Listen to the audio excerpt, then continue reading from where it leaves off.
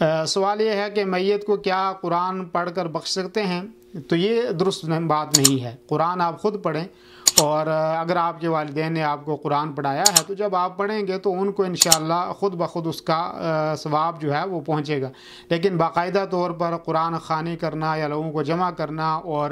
خود قرآن پڑھنا اور پھر اس کے بعد کہنا جو میں نے یہ قرآن فلاں کو بخش دیا ہے اور اس کو میں دے رہا ہوں، تو یہ درست نہیں ہے۔ جو شریعت سے جو چیز ثابت ہے وہ یہ ہے کہ آپ ان کے لیے دعا کریں، ان کے نام پر آپ کوئی صدقہ اور خیرات کریں، یا جو علم انہوں نے آپ کو پڑھایا ہے وہ آپ لوگوں کو پہنچا رہے ہیں تو اس میں آپ کو ثواب ملے گا۔ یا آپ کوئی